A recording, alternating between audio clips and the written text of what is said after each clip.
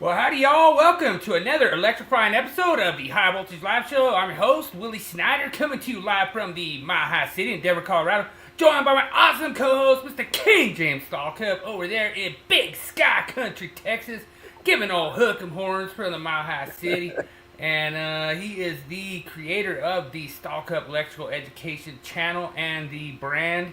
And he is writing the 2026 code change book that's gonna be the best out there. So congratulations on checking out your illustrations. Those are looking dope, brother. I'm impressed, man. Yeah, I'll show them here in a little bit. Everybody can sort of see the first one. I've got other ones that are done now. What you'll see is not edited. These are Right. just first rough draft that was put in and all Uh-oh. that, and it's Look looking who it really, is. really good. And He's due for a win. He's been waiting for a Willie Quiz win. he's been hurting the last 2 months. Uh, you finally just barely cracked one, and that was because Adam wasn't here. So I told Adam he's got to get his butt in gear and come take you down this week. So just I got lucky last week. I guessed it, two of those and just got lucky.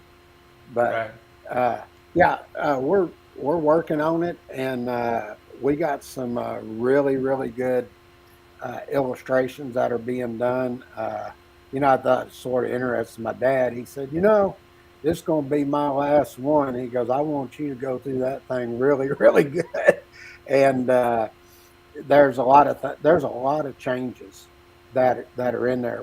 Like I was telling Bill earlier, I've already done. I'm not even through. I just got through 215, and we're at 62 illustrations. We're not even through chapter 2 yet, and chapter 2 is usually the big one. But one of the things everybody's going to see, they have taken Article 220 that dealt with your calculations for your branch circuits, feeders, and services. It has Mm, now moved to Article 120. So we're gotcha. going to have to go back and check that. I will highly recommend that you probably want to take, and if you want to keep up with what's taking place with all the calculations and stuff, because there's some things that have been added. So they've gone into a much deeper clarification of what a non-coincident load is. So what was normally 220.60 will now be 120.60. They've also done some stuff. There's two parts to this. So when I'm looking at a branch circuit, it's 3 VA per square foot when you're looking at the for a residential unit. But there's another one that you go, I think it's 220.80, I think it was, where it's the full calculation at 3 VA per square foot. So we're going to explain what all that means. But I'm just telling everybody, you better think long and hard about which code change publication you want, because there's going to have to be quite a bit of explanation that's going to take place of what they exactly did. So, Yeah, and we've been pretty close following that. If you guys have followed the podcast, I think we've done 2023 from the very beginning. Now we're doing 2026 from the very beginning, and next week we will have Ask the Lady Electrical Inspector on. We'll probably give her the first segment, let her do her thing, and then we'll probably just kind of do our show the same way we do. Then that way she don't have to hang out and go through all our antics that we go through. But that's awesome. I'm real excited to have her on, and she's an awesome inspector over there in St. Louis. So um, that's gonna be cool to get her as a guest. And yeah, let me share the screen here. I can sort of show everybody what they're going to be looking at. But this will be the new publication that everybody's going to see. And let me make sure, yeah. Um, this will be the new cover. This is one I designed. I sort of like it myself. But yeah, as you go through this, got an introduction. None of these chapters have been done yet. I just put something in there to get started. But everything from here on, once it goes, as I'm finishing illustrations and getting them ready, we'll be placing these in. And one of the things that we've done here is when we're putting illustrations and everything together, we're also filling out, getting the boxes all done and everything ready to go.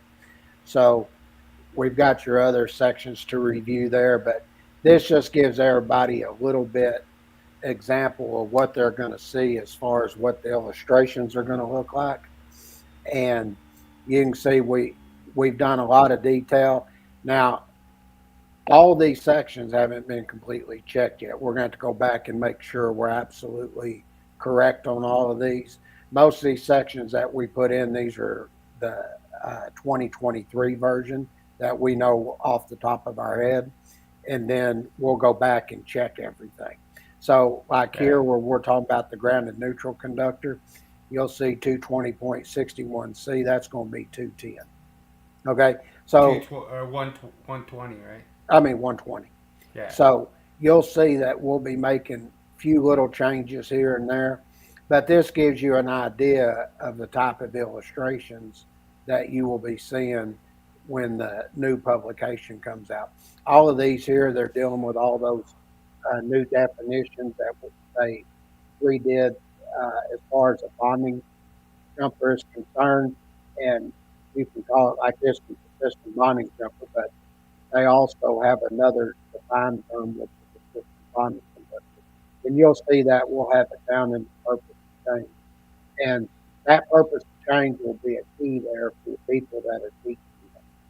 So yeah, and I think the one that that kind of caught my attention was them moving a lot of the snap switches from 404 over to 406, and like now basically 404 is just going to deal with your heavy duty um, disconnects, and like they won't have snap switches in there anymore because then moving over to devices. So sure. that's kind of interesting. I guess there was some people that were saying there never was any outlets in 404, so yeah. Well, the good thing about this is the way that we've set all of this up and everything. You can see like everything will be in green. That's new. So when you're looking up here at the text, you can see what's changed. I mean, I'm literally going through this, making sure the text is right, all of that. So we'll just slowly but surely keep adding to this, and I think everybody will be real impressed when they see the final version of this. So we're putting a lot of time and effort into it, but what I'm looking at right now, if it keeps sort of going about the way it is, we're probably looking at possibly 300 changes in this book. Whew. So just to let everyone know, he shouldn't jip you anymore. We got through that whole thing. You should get all the code changes this time because he doesn't want to hear about anybody like not getting all their full amount of code changes. So I'll be checking them. We'll be making sure that all the changes get in there and you guys get them all. So well, I'll tell everybody this, and this is something y'all are going to have to pay real close attention to, is most of the code change publications that are out there, they're going to have pictures. This particular code change, you're not going to want pictures. You're going to want it illustrated, showing you exactly what it looks like, because there's a lot of new stuff that we're going to have to show you as far as calculations and stuff are concerned. There's some stuff that they've also done with EBSC. So now, and I forget the exact section, but when you go in there, we had 7,200 watts is what we would calculate at. Well, now you also need to go over and look and see exactly what it's rated at, because it could be more than the 7,200 watts, and it's going to refer you over to Article 625. And another thing that they added in there also that's going to have to be looked at, and luckily we have this calculation. I don't think anybody else shows you this, but it's where you have existing loads. So when you're doing a full calculation on an existing load, they made some changes over there, and one of the things that has to be taken into consideration is also the EBSC.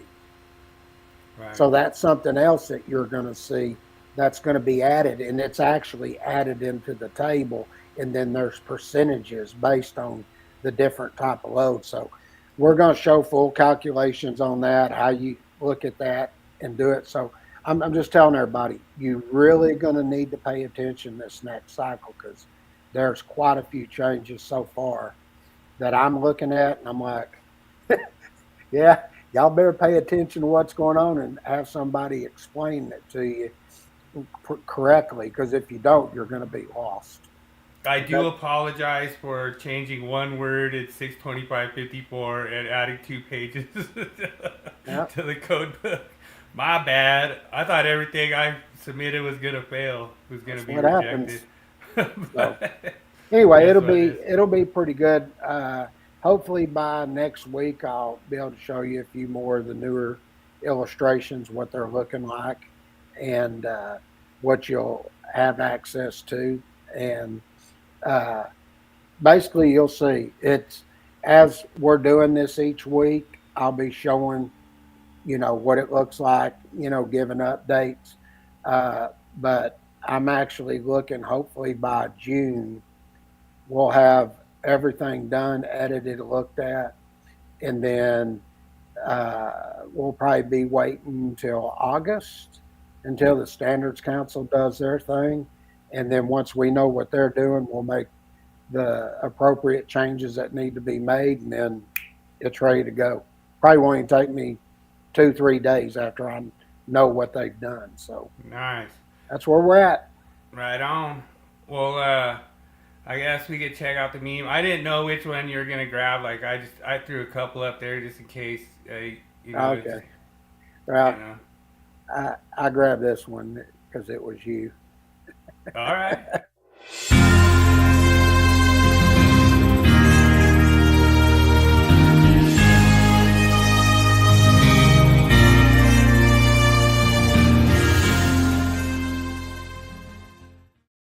Yeah, that was like a viral video where a guy gets smacked with a twisted tea, and there's a bunch of stuff going on about it. But it was really funny because it was like everyone's blood just boiled when Tommy Davis said, "I've done more for the electrical industry than anyone in history." And what he would do is he would go behind where these guys would go install solar at people's houses. And he would go knock on their door and he'd say, "Hey, do you know your disconnect's unlocked?" And they're like, "What?"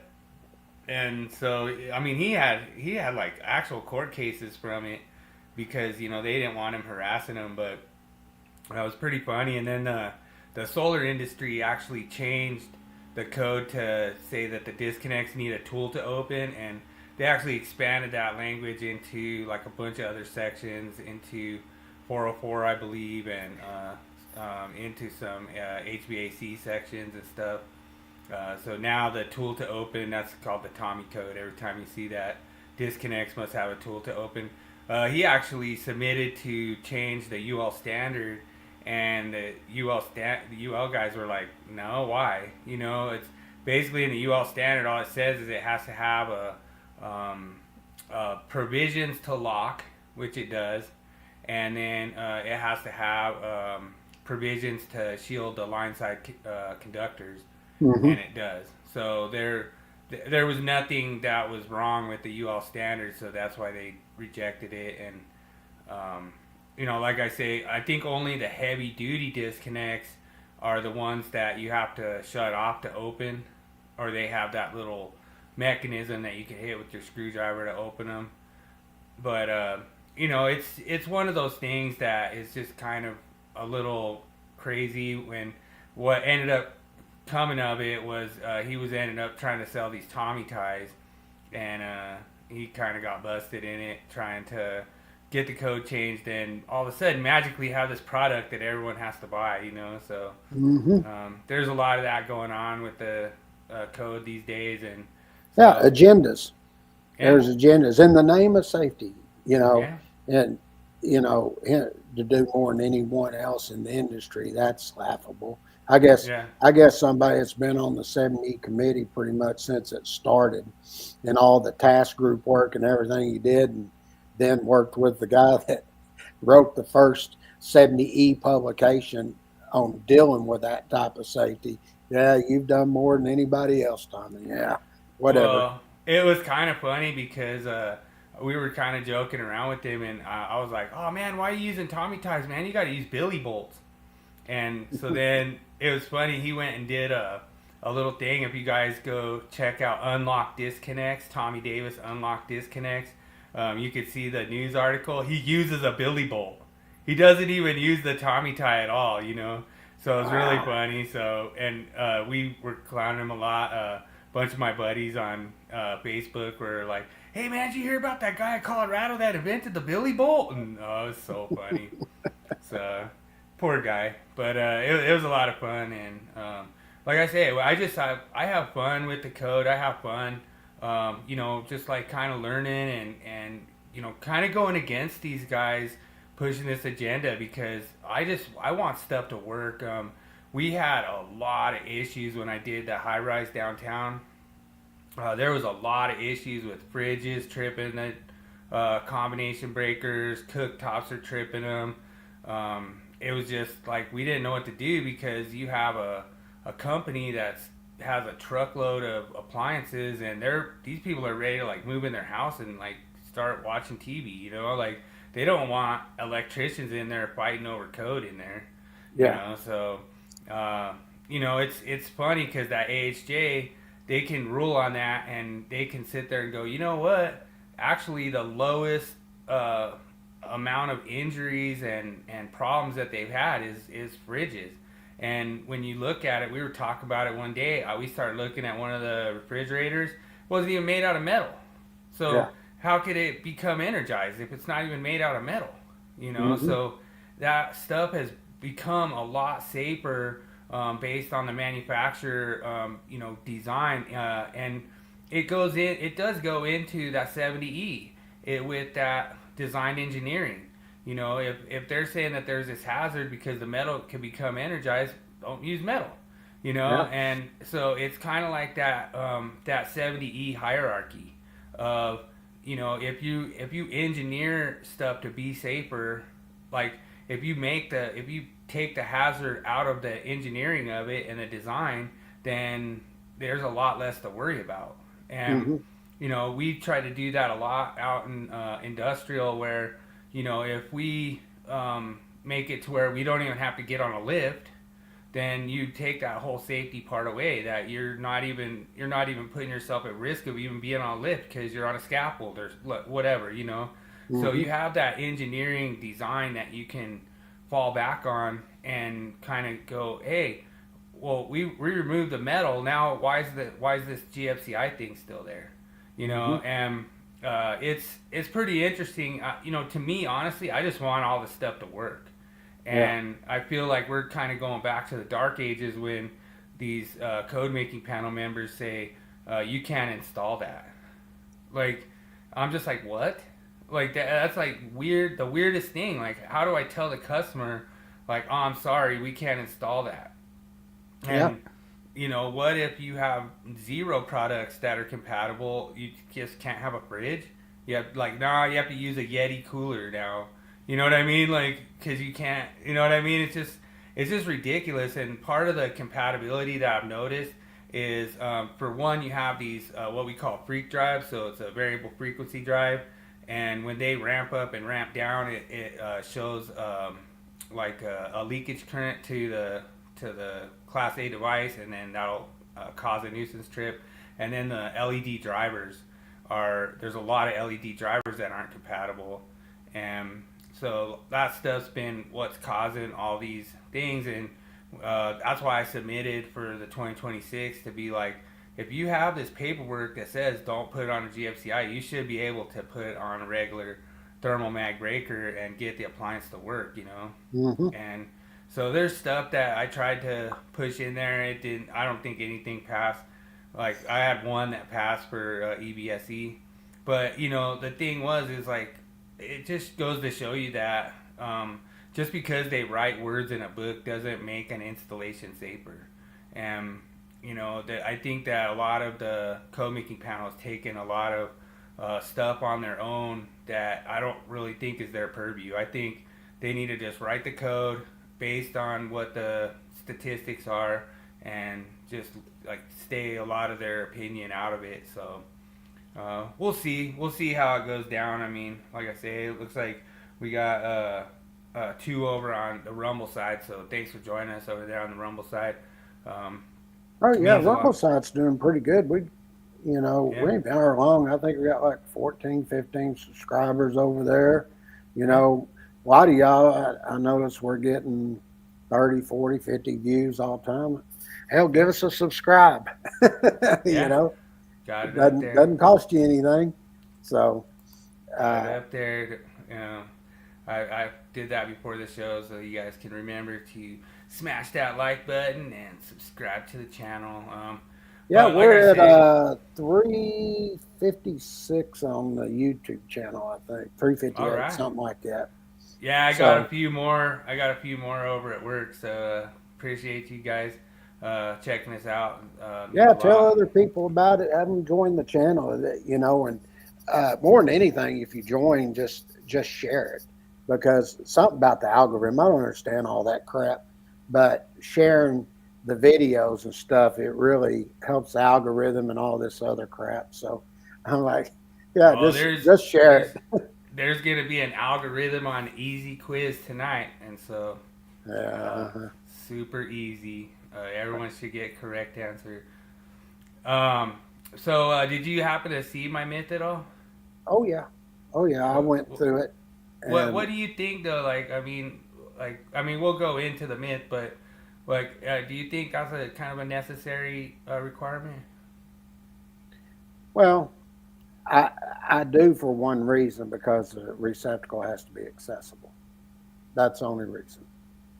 Other than that, I don't see the real need, but that's the real reason why it needs to be that way. So All right. we'll get into it and explain it. Yeah, So, let's do it. all right, let's cue it.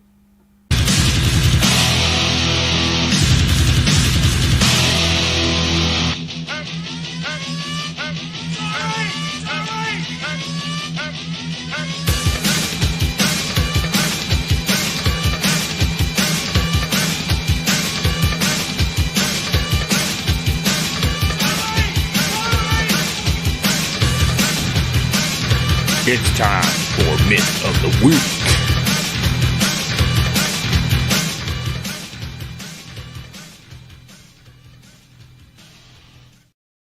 All right. Thanks for all the participation this week. I had a great time doing it.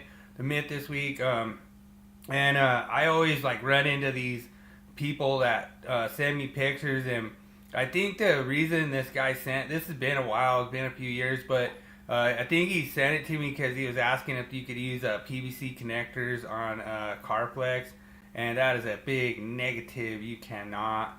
But you can see up in the corner they have the cord passing through with the Carflex, and I don't know exactly per the language. I don't really see a real world issue with that install, but I guess I don't really see any way that they provided grommet, bushing, or smooth edge in there. I think passing through the wood, it's fine. I would believe that they're trying to make that if it's passing through some kind of metal. But it's kind of an interesting code. Obviously, through all the different cycles, you'll notice that we had all these different lengths with no less than 3 foot and can't exceed 6.5, and every code cycle it changes. But to me, honestly, I always try to make mine as short as possible, just because I don't like having all that extra cord hanging in that cabinet like that. And there's different things that kind of come up in this install. Honestly, I don't even see why you would even need to run Carflex under there. Everyone says that you can't do that because you can't run NM cable exposed, and honestly I don't think that any of that is a big deal when it comes to this. Like I say, they're not going to be throwing axes and pots and pans violently in there and being able hard enough to damage NM cable. But like I say, the myth is actually true in this situation. I don't know that it really. I don't really see any kind of a real world issue with this install. Like I say, I would probably like to have that slack of that cord pushed back in there. I wouldn't want it hanging out there or somehow like zip tied or something. Maybe there's some things that they could have cleaned up. Like some of the things that's really weird about this is I've actually seen people think that the garbage disposal has to be on like an individual receptacle like that, and I'm not sure if that individual receptacle is controlled by a GFCI or not. Because that would be interesting, and that would be a reason why they would have to have two separate ones. Because then you have your GFCI for the dishwasher, then you'd have your GFCI connected garbage disposal. This might have been pre the code cycle when you didn't have to have GFCI on the garbage disposal, but and then dishwasher would be like a specific appliance.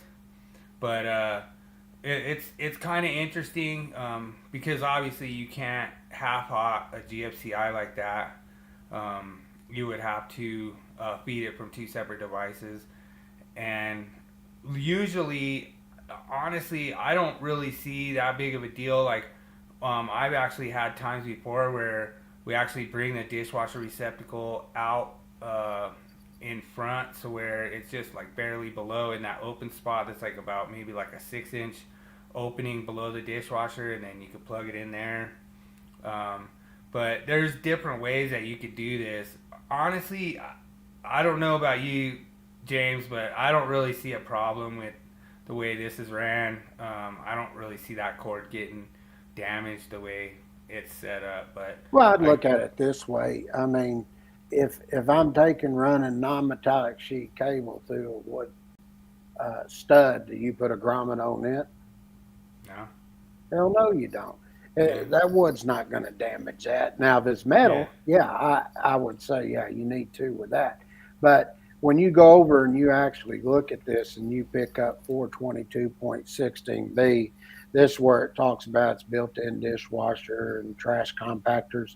And this is where you get the rules for everything. So it matches up to what we were talking about.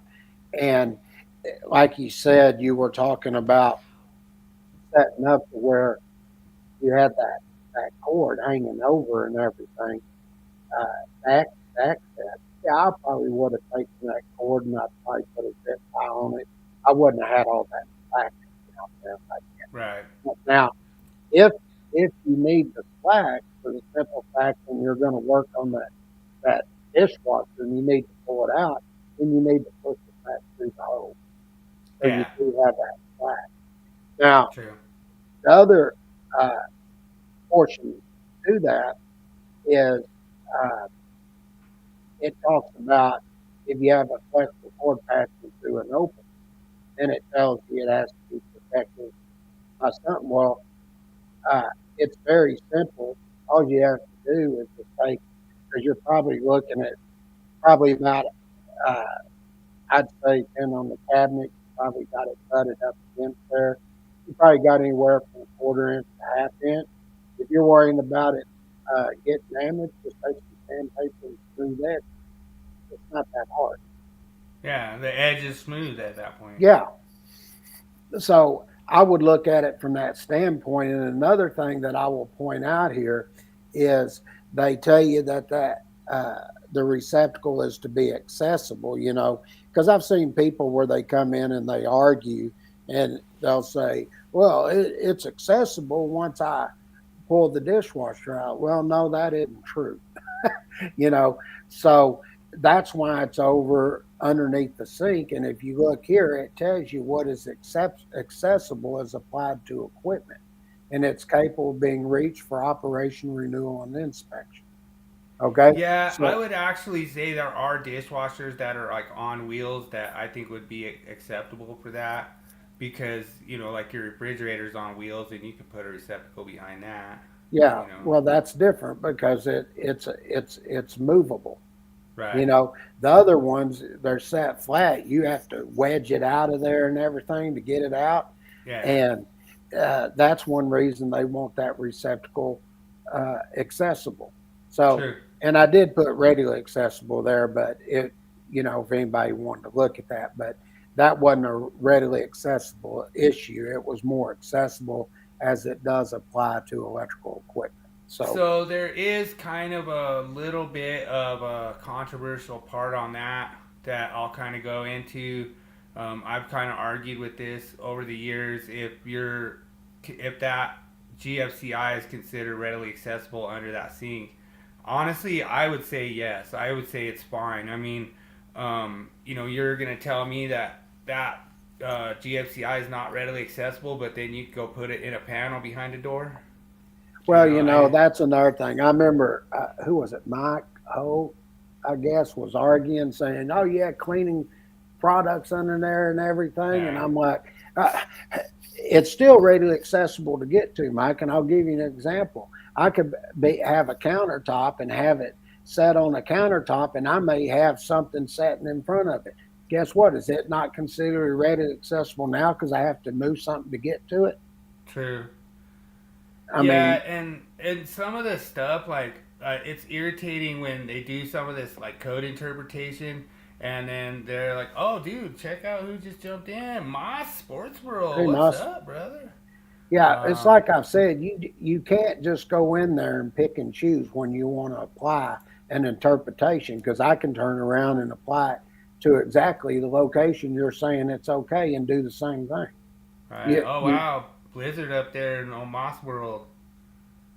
So wow, stay warm, brother. Yeah, it's warm here. Well, it was 85 yesterday, but I think it's about 70 degrees outside today. So yeah, it was nice here too. Freaking cold here, man.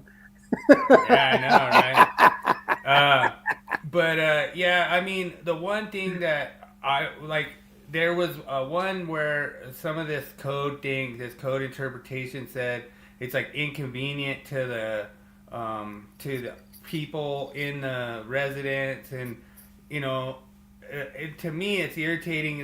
They say because you would have to bend and stoop, and I ran into stuff before where like I had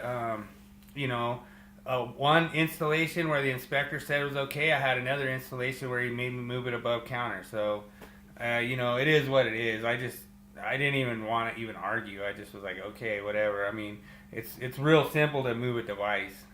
Sure. It's not that big of a deal. So we will say that the myth of the week is true. Yes, sir.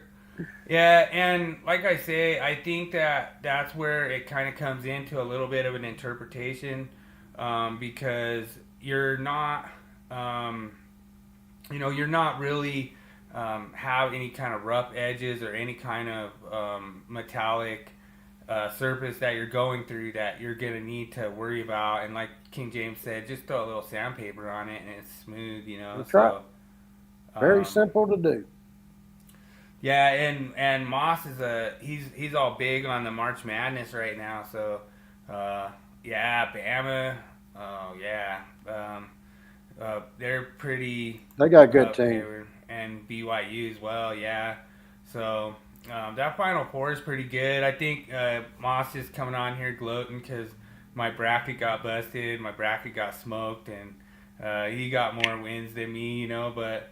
It was cool. I beat you at the college football, and I'm hoping to face Moss in the Stanley Cup of Fantasy Stanley Cup. So we'll see. Moss, rub it in his face. Rub it in. right now, I have a small lead on Puck U. So I'm hoping to get past Puck U, and then I got to take on. Coolers if I get past Puck U, and Coolers is just on fire. Like, I don't think I'll get past Coolers, but if I do get past Coolers, it's on. So, and Moss is just all over all these March Madness games. So, Florida, that's why. Maryland. Yeah, I think Florida is actually they're heavily predicted to. They got a good team. SEC strong this year. Yeah. So. All right, Yeah, and it's the Yahoo fantasy too. So we have the ESPN and we have Yahoo, but we'll get you into your Yeah, I was topic, going to brother. say get in the topic and get done earlier tonight. I want to watch some basketball. I want to There you take a go. night off. I've been working my rear off this weekend. Yeah, thanks for popping So, in though, Moss. Appreciate you. yeah, Sir. yeah, appreciate it, brother. All right, let's cue up topic.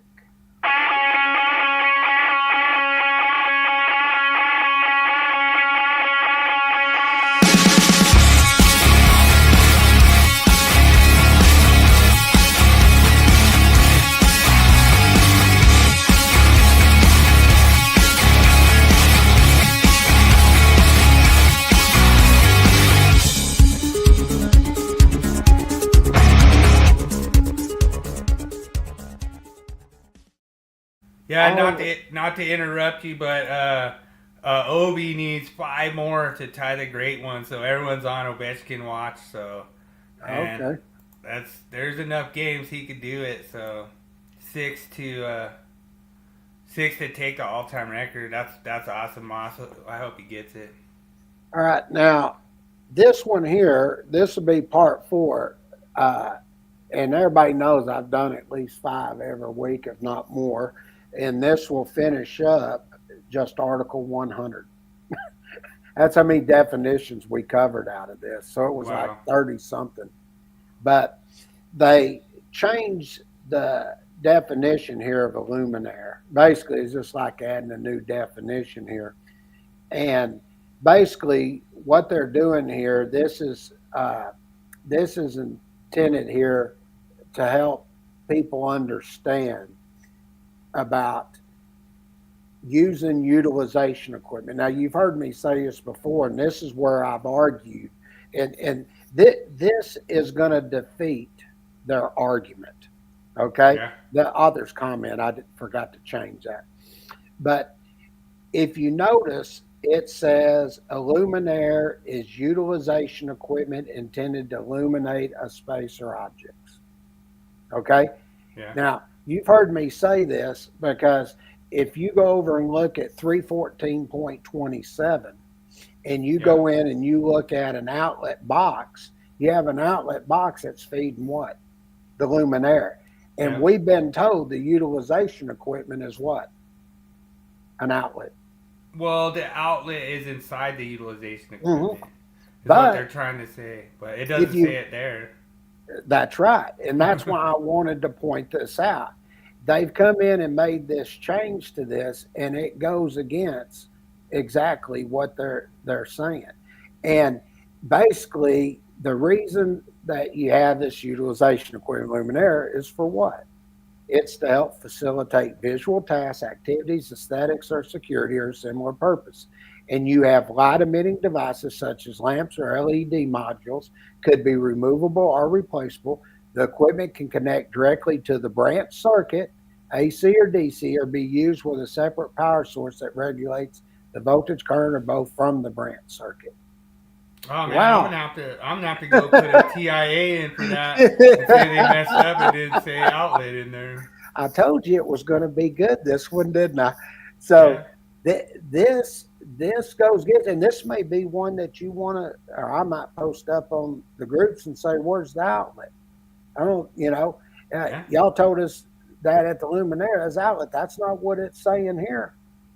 Yeah. Okay. Well, they kind of have to do that, and like we were talking about that on the job site, where I'm like, okay, well look, like you have this whip that's installed by the factory, and that whip goes to what? It goes to lighting outlet. Mm-hmm. And the outlet's not inside where that whip connects to the luminaire. Yeah. It connects directly to the branch circuit.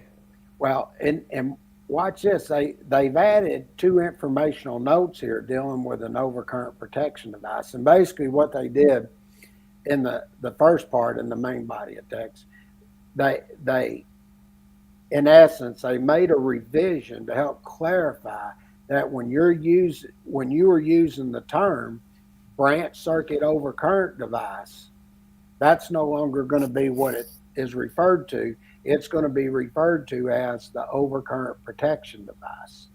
Yeah, I think Tommy D did a show on that one.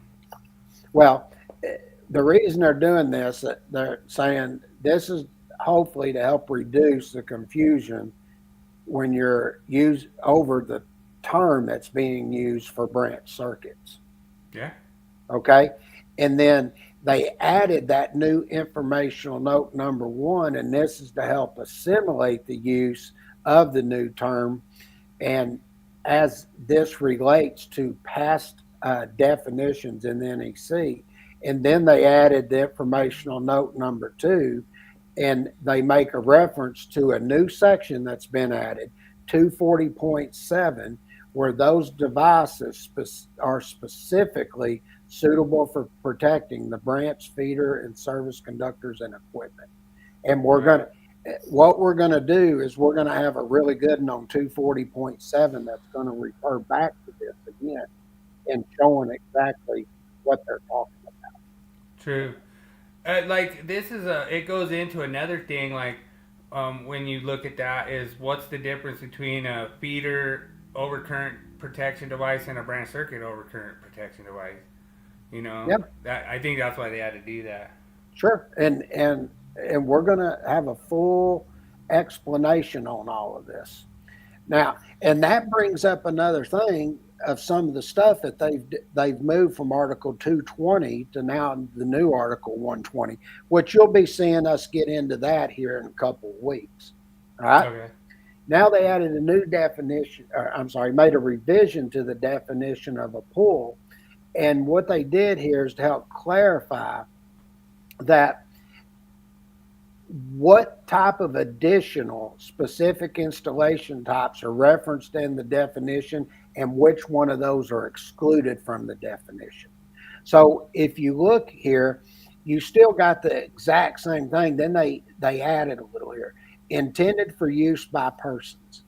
We always had swimming, wading, immersion, but they also added recreational into this. Okay. And then they put in informational number 1.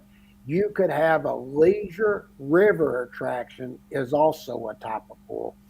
And then they tell you also in informational number 2, bodies of water that incorporated as part of the industrial process, lakes, lagoons, surf parks, or other natural artificially made bodies of water that could incorporate swimming and swimming areas are not pools. Okay. So, Okay. and they tell you to go in here, and when you're looking at natural and artificially made bodies of water, which include lakes, lagoons, surf parks, or other similar bodies of water, those are actually addressed in Article 682, not Article 680. Okay. So, in other words, what does that mean? Yeah. That means you'll apply the rules in Article 682, and then the ones that are listed up here in informational note number 1 and the main body text, those are the ones that you're going to be looking at that apply to Article 680. Okay, so they did a clarification on that. Then they. So when they do that one, I'm not trying to interrupt, but like when they do that last one, since it's code making panel 17, do they push that out of their purview? When they push it to 680? No. This panel, is in their purview here. This is code making panel so 17. Yeah. So 682 is also in. Yeah, their it's in their too, purview. Right? Yeah. Got you. Okay, I just wanted to clarify that. Yeah.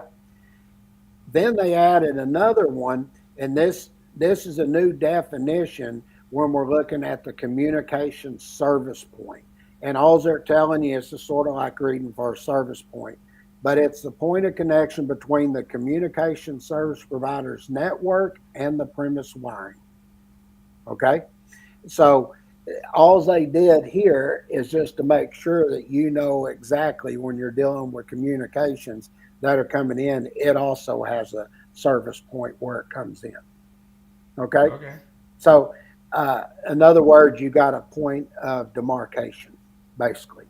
Which So, is like your box that's outside yeah, of your house. that's right. Gotcha.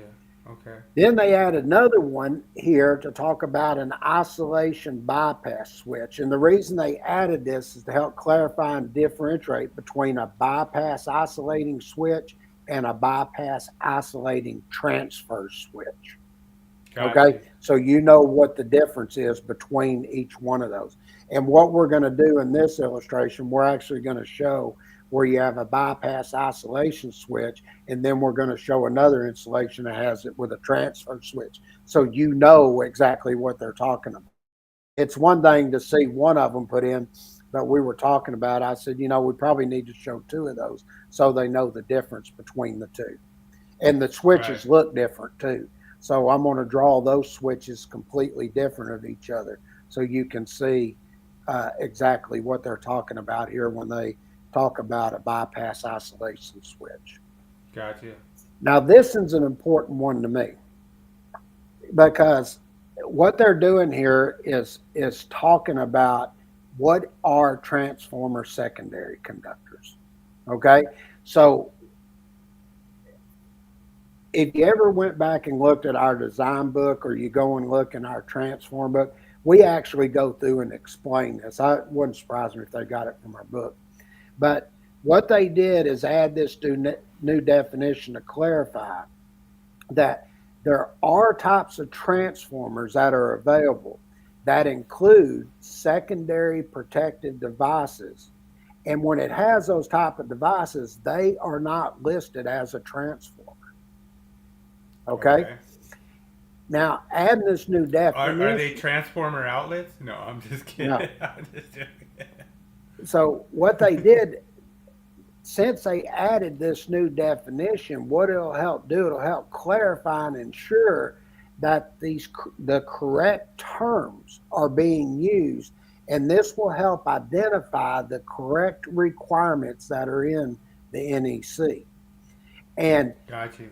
based on that new definition, what it'll do, it'll clarify for anybody that's following along with us that the conductor on the secondary of the transformer that includes a secondary circuit breaker as part of that transformer is what? It's a feeder. Gotcha. It's not transformer secondary conductors. And you've heard me say this before, when you're actually looking at transformer secondary conductors, you're looking over in 240.21C1 through C5. True. And I've said this before, if I have an overcurrent device on the secondary of that transformer, when it leaves that point right there, what does that become? A feeder at that point. That's what this is in there for. Okay, I think this is a good change myself. So does that mean that you're required to have, like you're saying that that's a secondary overcurrent device, so you don't need to have anything; it can go directly to. Yeah, you size it just like a feeder. Where if it's transformer secondary conductors, it's based on the transformer. Ah, got you. Yeah. So you could actually go smaller. Sure, you could. Conductors. If you have that, it's basically like an supplementary overcurrent device that's integral with that transformer, right? Sure. What we're going to do in this illustration, we're going to show the transformer secondary conductors where you're sizing it based on the transformer. And then we're going to show we'll make up certain loads, and then we'll show you basing it where it has an overcurrent device on that secondary side where you size it from there based on the loads. So we'll show two different calculations. You know what'd be cool on that is if you have like a 200, like if you have like say like a 112 kVA or something, and then you freaking knock it all the way down to like 30 amps or something. Well, sure, and you'll remember this. That'd be pretty funny. One of the things that you're looking at when you're doing that transformer secondary conductors, when you size based on the transformer, that's the minimum size. You can't go below that. You can go up to the full rating of the transformer, but you can't go down. So we're going to show those two different type of calculations. I think this is a good change that needed to be in there. And then The last one we had, which we have made mention of this before, is the definition of a wiring device. This is going to deal with Article 404, 406. You're going to see there's going to be some changes when we get over there.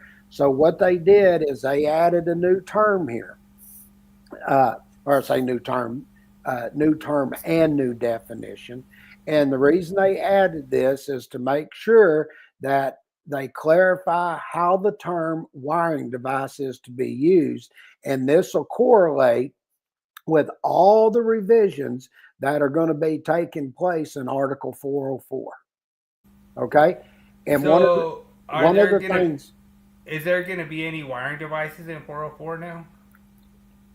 Well, sure there will. Or are all the wiring devices going to be in 406? No. This is there'll still be in 404, 406. It's just the way that they restructured it. And we'll show you all of that. What they did here, and I like this because in the informational note, they give you examples of wiring devices. They tell you it can be attachment plugs, receptacles, general use snap switches, pendant switches, surface switches, dimmers, and electronic control switches, and lighting control switches. Okay? But basically what they're telling you, you have a device that has what? A yoke. Okay? Now, I want to point out, they still have the definition for device. Okay? It's still a device regardless. These are wiring devices. Okay? It's still a device, but it's a wiring device. And basically what that means, it's a device that has what? A yoke to it. Okay. And that's what they're telling you here. And they say it has a yoke or it's used with what? Flexible cord or cable that serves either a connection point to facilitate the flow of current or as a control device in general distribution and branch circuits. So let's just say I have like a BB hub for like the Lutron BB. Mm-hmm. It's a device. It's a control device. It's a wiring device? Yeah. Okay. Yeah, that's what they're pointing out here. They're trying, and if you look here, these are just examples here. They're giving you examples of types. And when you go and look, let me ask this, what's that device do? Controls. It's a control device, right? Yeah. And that's what it says here, or as a control device in general distribution and branch circuits. Yeah. And it's controlling branch circuits. That's right. That's why I was like, there you go. You answered the question for me. I think for me, it's a little confusing just for the fact that you say it has a yoke, but like those are like pretty much independent boxes. Well, listen to it. It says an electrical device with a yoke or used with flexible cord or cable. There's the caveat. That's caveat right there. There you go. All right. So, no, that's awesome. Good job. I liked it. And like I say, we're going to be right on top of these code changes. And I think it's going to be interesting when they try to, try to force this whole outlet thing and try to make us do all this GFCI protection for everything. Like, honestly, it made me sick to my stomach the way they did 62554. I was like, man, I just can't believe that they just had no technical merit and they just pushed it through, Well, I always find everybody says, how do you remember all that stuff? Well, as you can see, you're getting a good example. I'm having to actually go through and research all this stuff and find what they did, and I have to correlate it back and forth with the first revision, second revision, see what was said, go through all the comments and stuff, and it takes me to do each change probably about 30 minutes, 15, 30 minutes, depending on how big it is. And some of them may take me a lot longer, depending on if there's a lot of information there that I need to disseminate. But that is why I know what's going on, because I actually go in and have to research all this crap. And there's quite a few other things. I would highly recommend that as we go through the rest of this year, people, have them come on their podcast or watch it afterwards, because you're going to hear a lot of important information, especially for this 2026 cycle. And I will say this also, if when 2029 gets here, if they go and relay out all of that NEC and different articles and things that they're going to do, all these different chapters and everything, you're really going to want to pay attention, and you're probably going to want to get a publication that's showing you where all the new sections, what they're labeled as and everything. It's just like this cycle. I'm telling y'all, you're going to have to get re-familiar, especially when you're doing like full calculations and you were used to using Article 220. You're going to need a publication that's going to tell you this is now an Article 120, and you're going to get a whole bunch of different tie-ins. And let me give you another example. A lot of the times we were used, I think it was part 10 if I'm not mistaken, but when you go in and look at your grounding chapter in Article 250, now anything over 1,000 votes, guess what? It's a new Article 270. It's been moved out of there. There's a lot of that's happened. Overcurrent protection, where you're over 1,000 votes, that was an article you did with the grounding. That was an Article 495. Guess what? It's been moved over here now, and I think it's Article 265. You're really going to need a publication this time to know what the hell's going on. Okay, so anyway, just giving y'all an update. So let me ask you this. So did your dad get tired of the code, or did the code get tired of your dad? No. I think he's just getting tired, period. Yeah, but I will say this, he really is enjoying doing this code change book. He gets up about 12. It's usually about lunchtime. He's up and ready. And I've got him set up. I put 5 new changes on his desk every day. He comes in, he does 5 a day. It takes him a couple hours. And he said, I enjoy that because I'm not rushing myself or anything. I look at it, I can do one about anywhere 15 to 30 minutes. Sometimes one take me 45. He said, but I do those 5. He goes, I'm perfect. And he said, you're right. He said, I can do that 7 days a week, basically do 35. He said, by the end of the month, he said, that's 140. He said, basically in 2 months, I've illustrated the whole thing, and I didn't bust my ass doing it. I said, exactly. And so he's excited about it and everything. He's enjoying doing it. So. And that's cool. Does he give you like opinions on how he thinks that maybe things are ruled good or maybe things are ruled bad? No, he calls me in to make sure what they're talking about. There's been a couple. He was like, "What the hell does this mean here?" And I'll explain it to him, and he'll go, "Why the hell did they do that?" I said, "Don't ask me." As I'm telling you why they did what they did, and there's been a couple. He goes, "This is a stupid ass change." I was like, "Yeah, I know." Yeah. Did you tell him about me changing one word and then added that whole? Oh, he'll know about that here at the end. Okay. He thinks he doesn't understand why they moved 220 to 120. He said that's stupid. He said that's where all your calculations are. He goes, that's just stupid. And I said, well, that's where it is. So he's like, yeah, we're gonna have to check our other books really good. We got tons of sections on 220. I said, I know. So. Yeah. Well, awesome presentation. Thank you so much. I guess we will head over to the Willie Quiz and hope that Adam jumps on in. Let's go ahead and do tool of the week and then see if he jumps in. Okay. Sounds That'll good. work better. Give him a few minutes.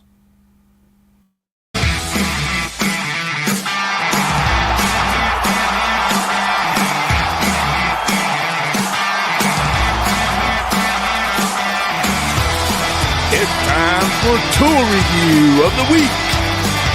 Sponsored by Electricians Only Tool Review and Nipex Tradesman.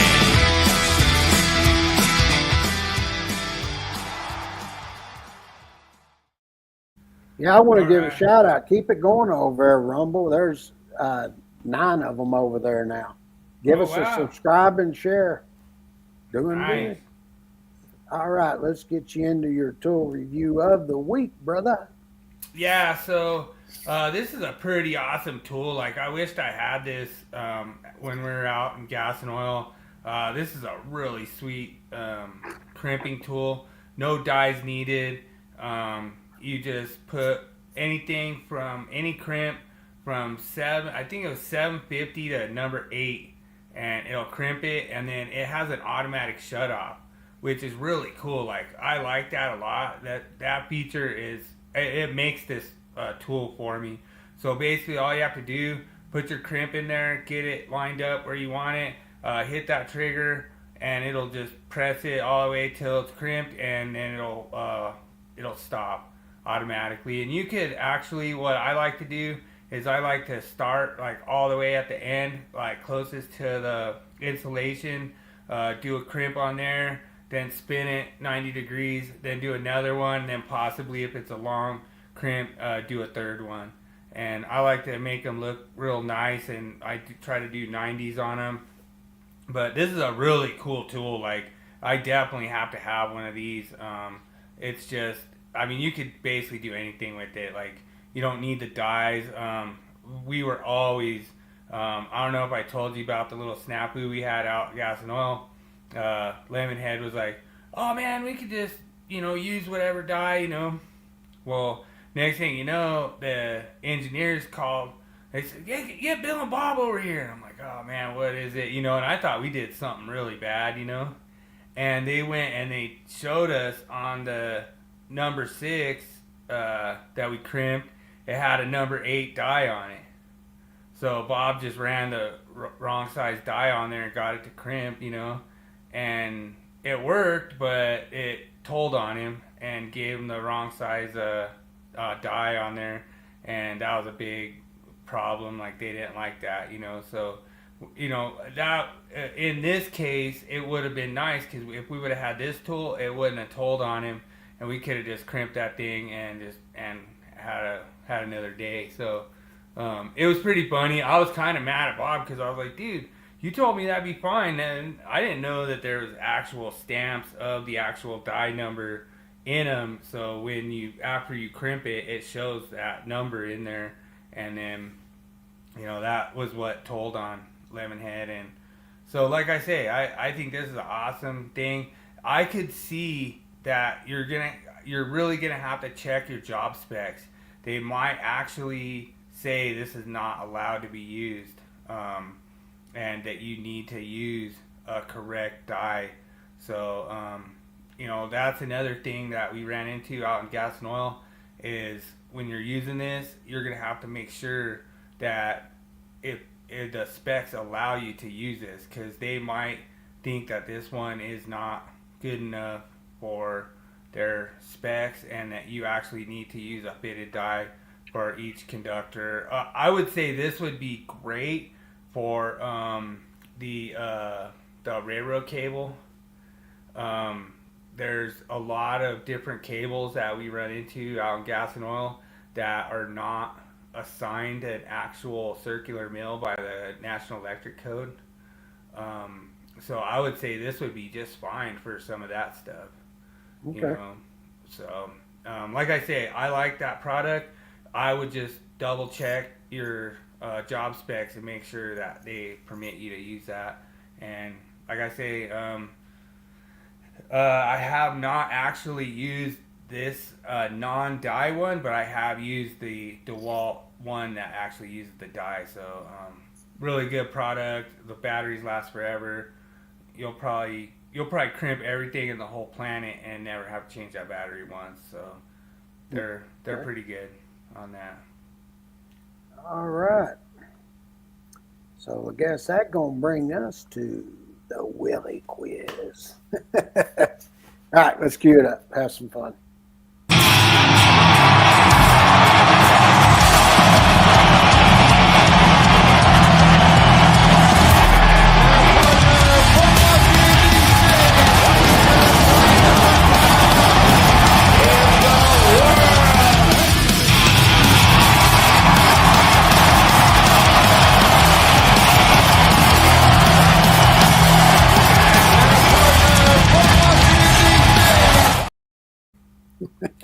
All right, that's so awesome. I still say thanks to Adam for making me that sweet intro. It's so awesome, and really appreciate Adam joining us so many times.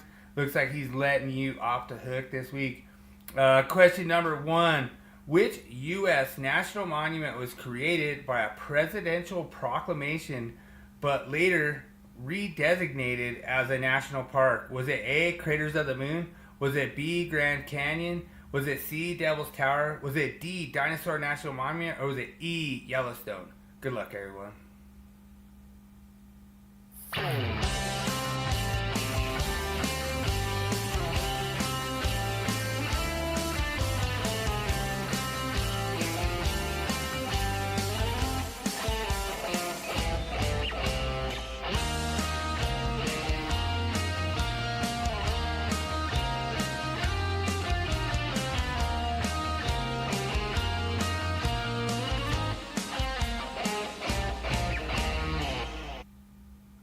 This is an interesting one. I'm going to delete what I think it's not. Grand Canyon was always a national park. Yellowstone was. Ooh, Daniel, is that E? I'm not going Yellowstone. Ooh, E. I thought Yellowstone was always a national park, not a monument. There could be parts of Yellowstone. I don't know. That's kind of vague. I don't know. Should have been something like Mount Faithful or Old Faithful. Yeah, I would have think a national monument, Old Faithful would have been. But I think Yellowstone as a whole was always a national park. Right. Now, Craters of the Moon, that's in Idaho. So I think it's Idaho. Yeah, it is. It is. Dinosaur National Monument. Isn't that in Colorado? Yep. It sure is. We went up there. Yeah, because I've been there before. I thought that's what it was called. I think it's like north of Grand Junction. I don't know anything about Devil's Tower. I haven't been there. I think it's A or D. Hold on, coin flip. I got head, so I'm going Craters of the Moon. All right, King James, I can't believe it, but you got it right. The correct answer is A, and so you take the lead with one correct answer so far. Nice Hillary Clinton coin flip you have there. Yeah, I've been there before, and the Craters of the Moon, it's not exactly what you think it is. There's fossils and stuff there and all of that. It's actually a pretty huge area. Right. So, all right. Yeah. All right, question number 2. Canada's Mistaken Point, a UNESCO World Heritage Site, is famous for what unique feature? A, ancient fossilized life forms. B, a lighthouse that moves with the tides. C, a naturally occurring labyrinth of caves. D, the oldest petroglyphs in North America. Or E, evidence of tectonic shift in the past. Good luck, everyone.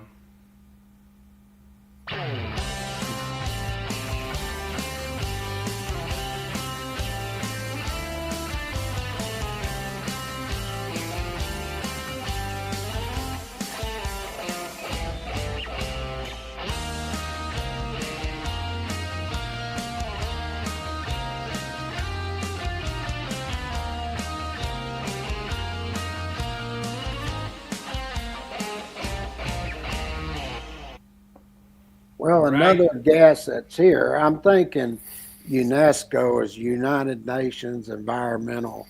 So if it's environmental, I would say it would be between A and D. Well, Daniel's going A, Yeah. so he's trying to get a one up on you. I was thinking the same thing, that it probably, being that it's environmental, it's a World Heritage Site, it's probably because there's a lot of fossilized life forms that are there. So I'll go with A. That sounds that sounds feasible to me.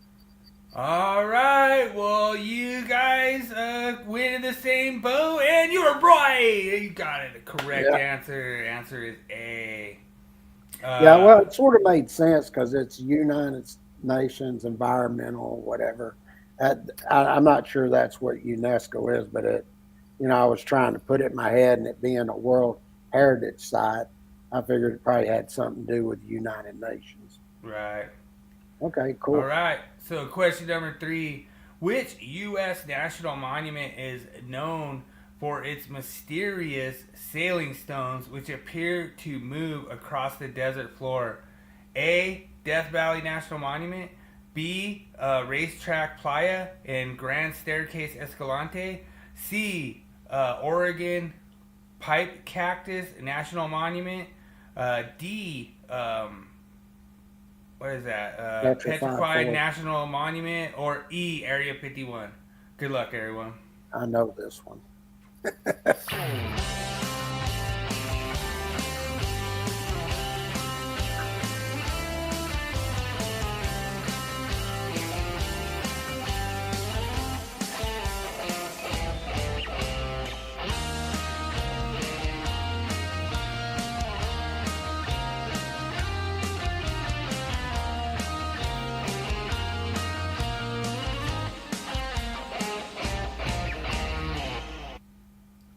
It's interesting. Through all my travels and everything, I always travel to go see everything. I take pictures and I got thousands of pictures of places I've gone, and I've got to see all kinds of different stuff, but I always read what it says about the monument sites and all of that. And this and where the Seven Stones was in Death Valley. And looks like you are going to go ahead and copy Daniel's answer of A. And you guys are correct. Yep. So, do you know why they sail? I think it has something to do with the magnetism. Nope. Not sure then. So, what happens in Death Valley is they get like a dew. And that dew actually gets cold enough that it freezes. Mm-hmm. And then what happens is the stones will actually move. They'll move on the ice when the wind blows. So that's how they sail. They actually get this dew ice built up underneath them, and then the wind will blow them. And they did a huge study on it because these guys were like trying to figure out how it happened, and they went and put other rocks that weren't from there, that were from other places, and they sailed too. And so they were trying to figure out, because they thought if it was the magnetism, then those other stones wouldn't sail. Yeah. But they went and brought other stones from other places and different kinds, and they still did the same thing. And that's when they found out that it was the sand was getting ice built up on it, and then when the wind blew, it would blow the stone across the sand. Okay. So that's how it happened. I would have thought it was magnetism, but that's cool. Yeah, it's all good. I'll get to you on the next one. All right. Question number 4. Which of these Canadian National Historic Sites is not located in the province of British Columbia? A. Los Santos Meadows. B. Gangway. C. Fort Langley. D. Kunle House. Or E. Rocky Mountain Station number 557. Good luck, everyone.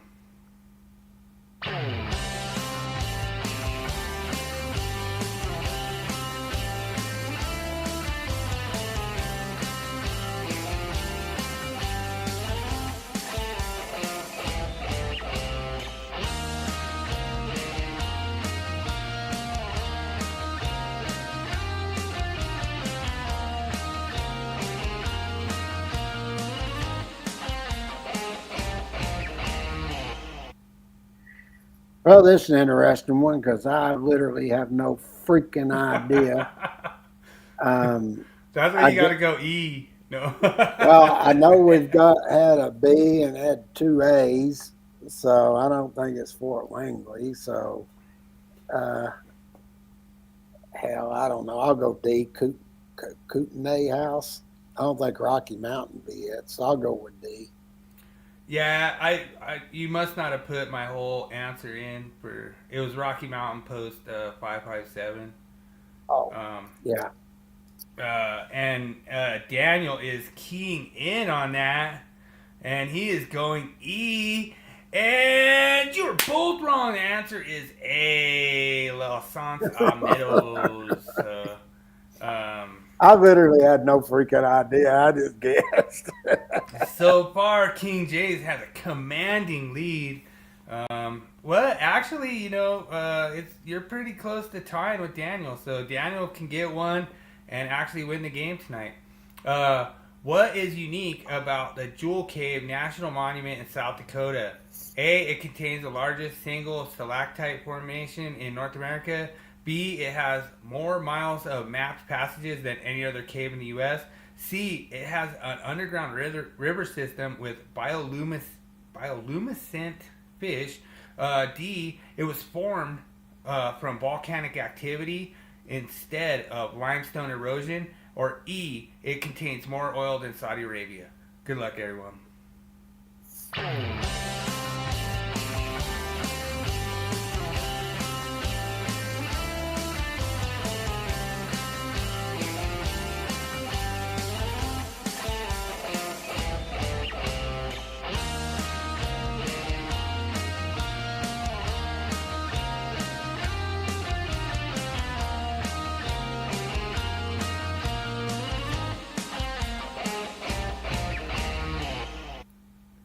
Well, All right. This one's gonna get you, bro. I've actually been to the Jewel Cave in South Dakota. I don't know if this is the correct answer, but I do remember when we were there, you're reading about it, and they made a big deal about how many miles of map passages that they had mapped through there. And True. and I don't remember any of that other stuff, me reading about that. But I do remember them talking about all the map passages. So I'm going to go with B. All right, King James decides B. And what does Daniel answer? Daniel answers A. Daniel is correct, and Daniel takes the win tonight. It is the largest single stalactite formation in North America. Really? Wow, congratulations, Daniel, coming up and taking the win from King James. Just stole it right out from under him tonight. So Which cave has more map passages than that one? Are you saying that one is the largest, right? Well, I remember they were talking a lot about the map passages that they had there. So let me check and see. Yeah, I mean, we got a challenge fight coming up here, guys. So just please stand by. We got a rep review going on to see if maybe I got it wrong. It could be, but well, I'm sure what Daniel said is correct too. It used to be, but now the one that has the most is the Mammoth Cave in Kentucky. Okay. But I remember them talking about how much they had mapped there and all that. And that's why I remember that. Okay, well, cool. Well, you know what we say there? Boom! Gotcha, bro. And what's your runoff question this week? Since we both had 3. All right, we have a tiebreaker. What letter is the only letter in the alphabet that's not contained in the name of a state? There's only one letter in the whole entire alphabet that is not contained in any of the 50 states. What letter is it? I'm going to think about this for a second.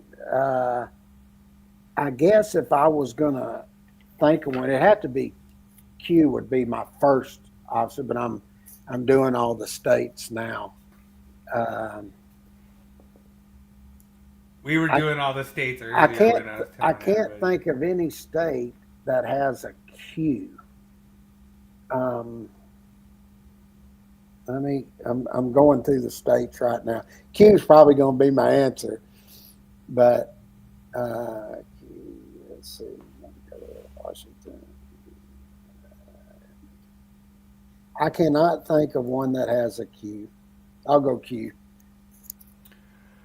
And King James steals the game from Daniel. So you get the win. Q is the correct answer. So sorry, Daniel, you had it. But King James got it. That was I answered before he did. Well, yeah, he didn't answer, but like I said, I think Daniel, he pretty much, I think what he did was he just went into his truck and started doing burnouts out in the street, and so he didn't know that there was a tiebreaker, so he's right out there doing burnouts. Dude, we're getting ready. Me and Daniel going to the game on Saturday. We're going to see the Avs Blues. We got some killer seats over there at Ball Arena. The Stars are only 4 points out of being the top seed. Dude, They're playing pretty good. We're only 1 point behind Dallas, and we're playing you're right 5 now. points. You're 5 points behind Dallas. I don't know. We're 5 and 9 from first. I'm telling you, I saw it earlier. I was looking. I was like, they're going to ask me about that tonight, about hockey. I was like, I'm going to check that before I go home. That's how come I know. Oh yeah, the Kings are tonight, and then Blues on Saturday. Can't wait, Daniel. Sorry, King James stole the victory from you tonight.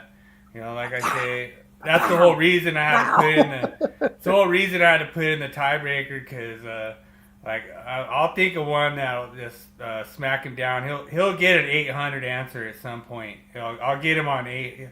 He'll answer 800 years at some point. I will figure out a question that he will say 800 years. Almost kind of like you have a 747 going 200 knots, or 130 knots, at cruising speed, so. Get in there, baby. Yeah. But, it's really awesome. I really appreciate Daniel joining, and then I guess we'll head over to the Man vs. the Machine segment. Oh, yeah. Let's see what we got this week. For years, man tried to create artificial intelligence. On this segment, we find out, is AI smarter than King James?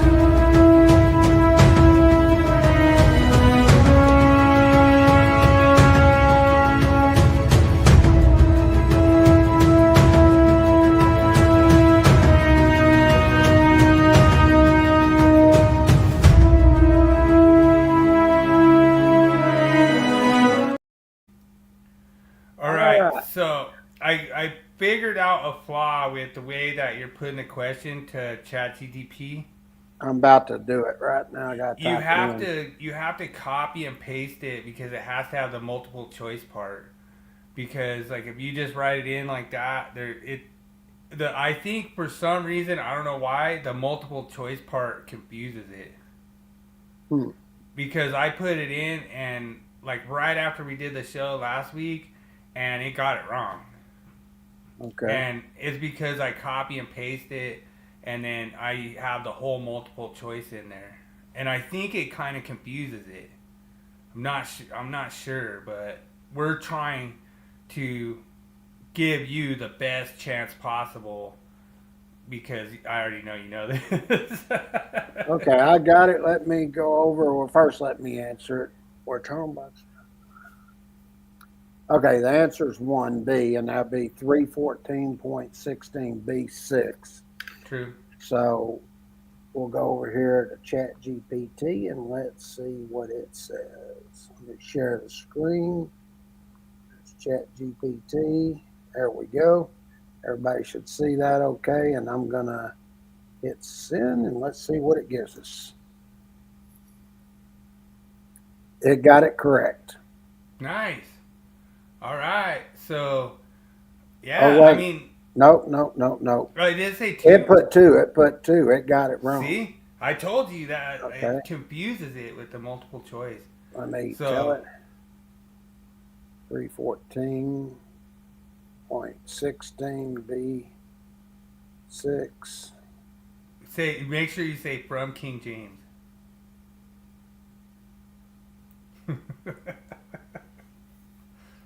States. King one James allowance. would be correct and is your daddy. Hey! Oh, you got him. And as for King James, well, if we're talking about basketball, LeBron is a legend. If it's the Bible, that's a different kind of story. Either way, I see what you're doing. That's funny. I love it. Oh, nice. Don't call me your daddy. That's funny. Man, that's funny. Well, so King James wins the Man vs. Machine this week. Good job. I knew I was going to give you a slam dunk. And I knew that the multiple choice for some reason confuses AI. Like, we could go try and ask it the same question again, like, without the multiple choice, and it'll probably get it right, you know? Yeah. It's really weird. Like, I don't understand why the multiple choice, like, confuses it, but... It'll learn. Yeah, it's getting there, but I'm just trying to show the apprentices out there, you might not want to use ChatGPT to, like, cheat on your homework, because we might already know that you... And to me personally, what's so crazy is, like, if you just ask me randomly, like, hey, how many allowance do you think a terminal block should be? I'd be like 2. You know what I mean? Like, I wouldn't think 1. Like, to me, that's weird. Like, honestly, I don't think that's right. I think it takes up 2 spaces, you know, but... Sort of like a device. Yeah, just thinking about it, I'm like, yeah, that should be like fixture stud takes up, 2 or whatever takes up 2. Mm-hmm. Like, I think a terminal block would take up 2 as well, just Right. by logic. But it's a lot of fun doing it. And, thanks so much, everyone. You can check out my Spotify podcast. I will actually turn this into a Spotify podcast, and you guys can listen to it at work. And it's a lot of fun. Creating it live and coming up with pretty fun content, and then we will go into the Wall of Shame picture. You will love this one. It's Last awesome. thing of this week. Shame.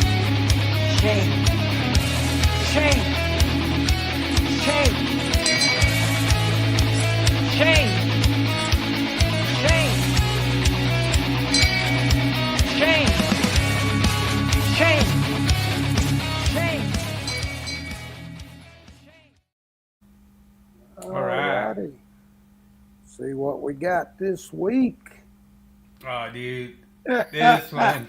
The Oh, old jumper cables, man. The old jumper cables.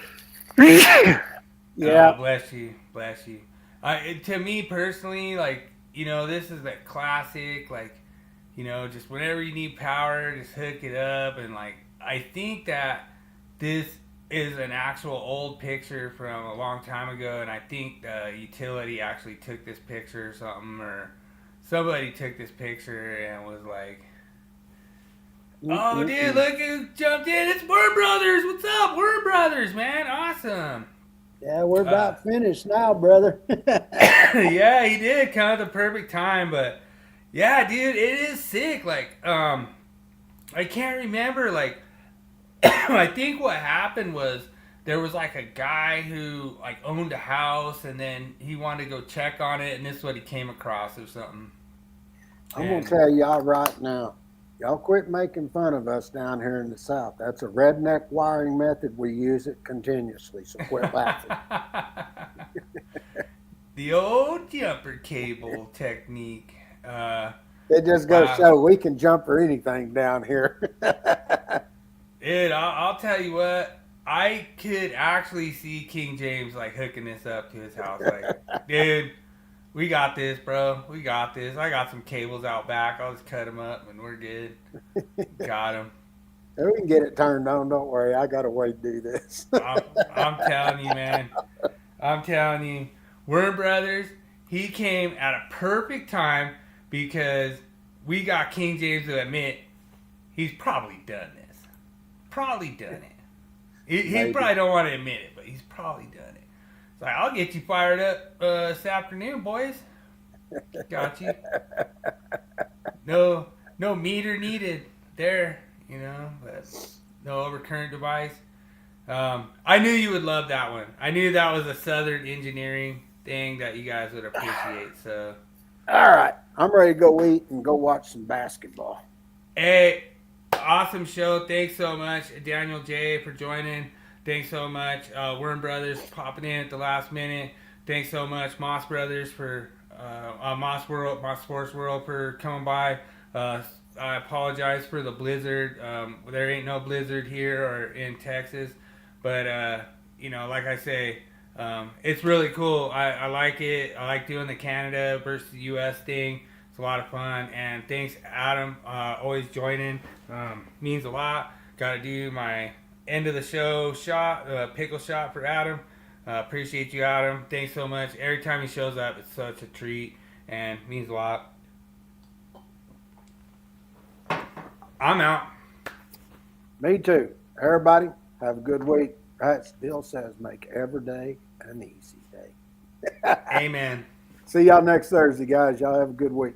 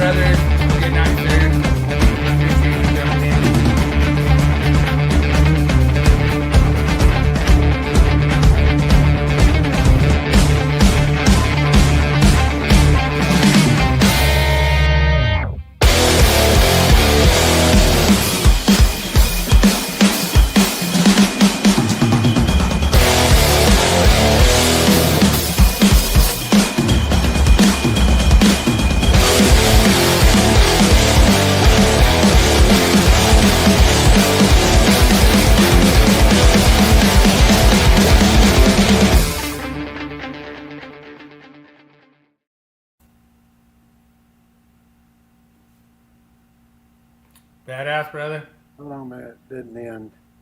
I know, we're still live, huh? Here. Yeah. Did you push end stream? It just, okay. I just ended it right